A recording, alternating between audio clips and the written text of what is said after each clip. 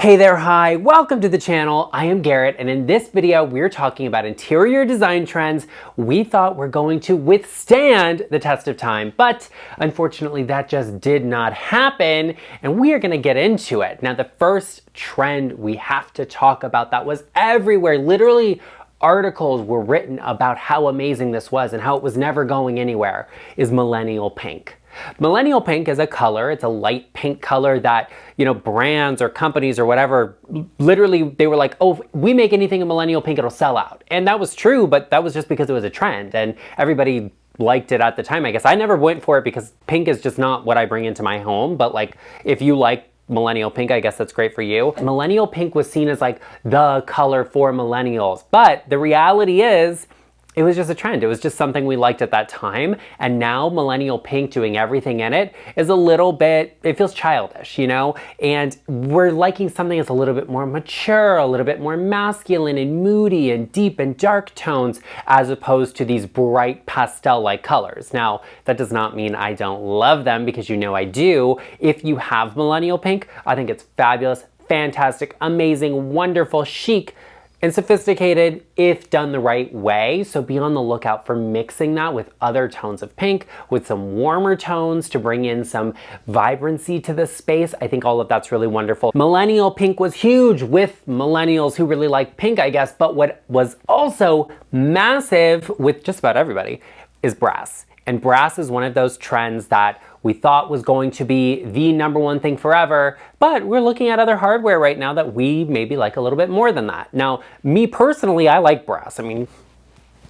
I like it. I think it looks great. I have a lot of it in my home, but what I always said when brass was very popular was mix it with another hardware. And that's the key to hardware and metals and having them be timeless in your home, because they come in and out of fashion so quickly. Brass was popular for like 3 or 4 years. Right now we're favoring silver-based finishes like pewter and chrome. We're also liking iron, and darker black finishes are even a little bit more popular right now. So I think it really was brass became overwhelming because so many people took advantage of it and we saw so much of it that now we're gravitating towards something else. But mixing two different metals together always is going to mean one of them is timeless or elevated. Let me tell you, I would be like, oh, in my home, I mix brass and chrome because I like the two of them. And people would be like, no, I don't mix those, or they don't look good together. People love to be haters online, okay? They will literally find something wrong with any and everything. But people did not realize it or understand it or like it or whatever. A handful of them did. The real LeChic family knows, but that's not the point.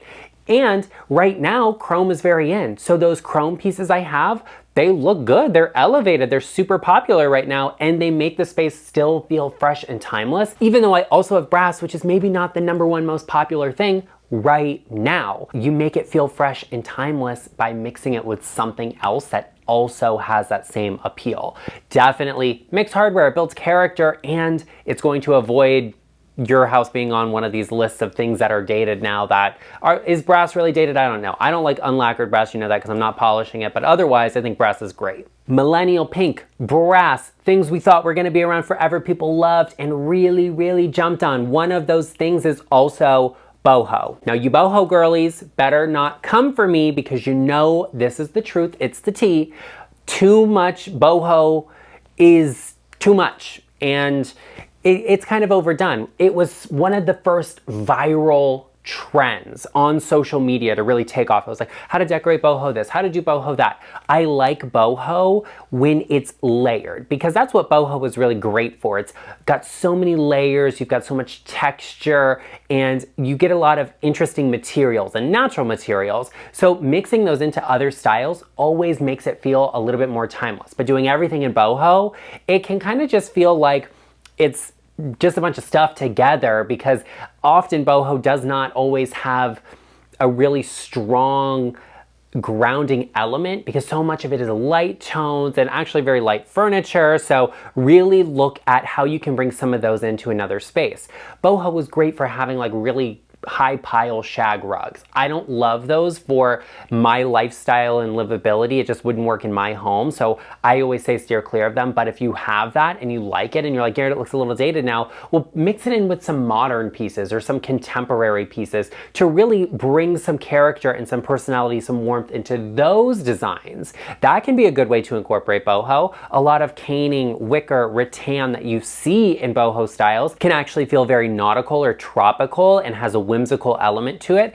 And that's really fun for kids' rooms. So maybe you look at putting some of those in there and they can have a lot of fun with that. If you really like boho and you say, Garrett, I don't care if it's dated or whatever, one of the things I notice with boho the most is that a lot of the furniture pieces are just very light. A lot of them are often reproductions that are made to be affordable. So you want to be on the lookout for really heavy pieces of furniture, things that have some good weight to them to really bring that grounding force to the boho style you really like. Layering different styles together is going to mean none of it is really dated. Maybe one specific style is out and something else is trendy, but you're going to have that timelessness by using them all together, and you get a layered and curated look to a space by mixing different styles together. Contrary to popular belief, I am not perfect. I'm about as close as you can be to perfect, but maybe, well, fine, whatever. We'll leave it there. I have, of course, taken advantage of a trend that I thought was definitely timeless, but is a trend. And here is how you do that. The trend we're talking about is boucle. It was everywhere. It was on every social media platform. It was on every store. Every content creator had something boucle or was sharing something boucle. Literally everywhere. And I was like, hey, do I actually like this? Or is it just something I'm seeing everywhere and I'm feeling like I should have that?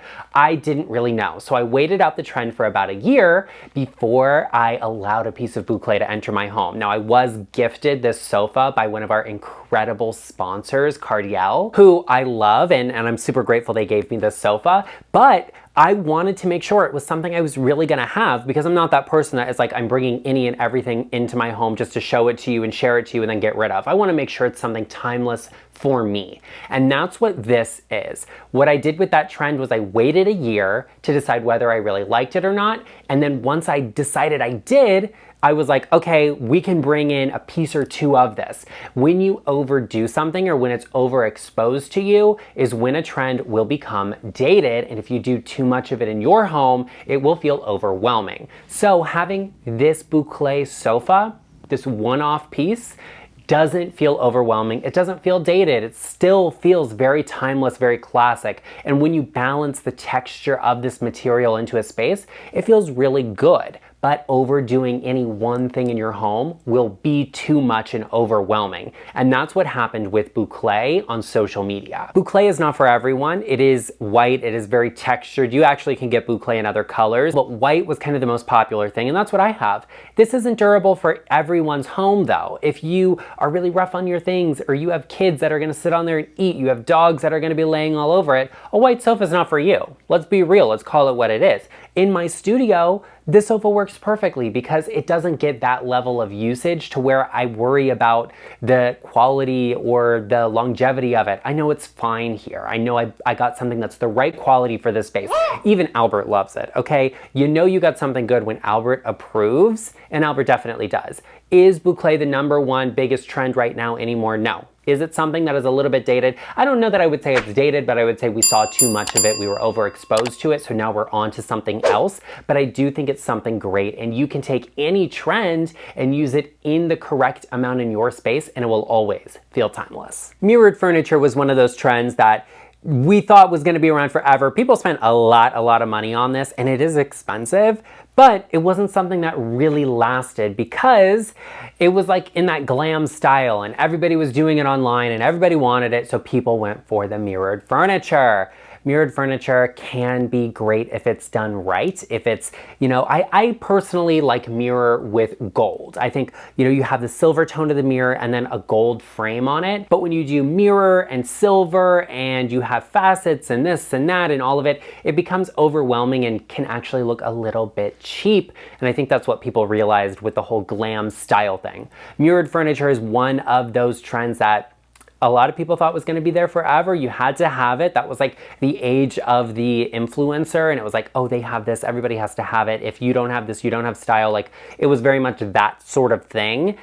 And a lot of people felt pressured into it. And right now I even see them on like resale sites and, marketplace sites, and people still want a ton of money for them, even though it's like, that's been out for 10 years. Mirrored furniture, not super popular anymore, but it can be upcycled or have some changes made to it. It's not the sort of thing that's like a really, rare species of wood. It's not like painting, a great antique piece of furniture. It's like mirrored furniture from 10, 15 years ago. You can definitely upgrade and elevate that. Mirrored furniture, it was fun when it was around, but that's one of the things you have to be careful about. Is it a trend, and how much money are you spending on it? Because it might just be a waste. Speaking of something that can be a waste, is actually very expensive, and it was a trend, and I honestly, like, the trend is kind of over now. I'm not seeing anybody do it, is lime wash. This was like last year, 2 years ago. People were lime washing everything. It was like, if it wasn't lime wash, what is it even done? Is it even interior design? Yes, it is, even if it's not lime wash, because right now I'm seeing all of those same people who are doing lime wash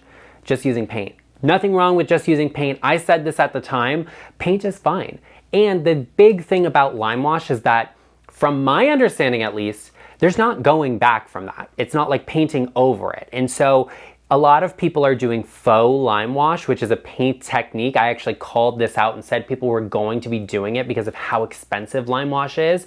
And it's also not really a renter-friendly option. Like, you can paint your walls if you're renting, and you can do a faux lime wash using paint without having to like destroy walls or anything like that. Obviously, get your landlord's approval and get their go ahead with doing anything to a rental property. But lime wash is very specific, and I think it can look really good if you commit to it and you do it all and you do a really good job of it.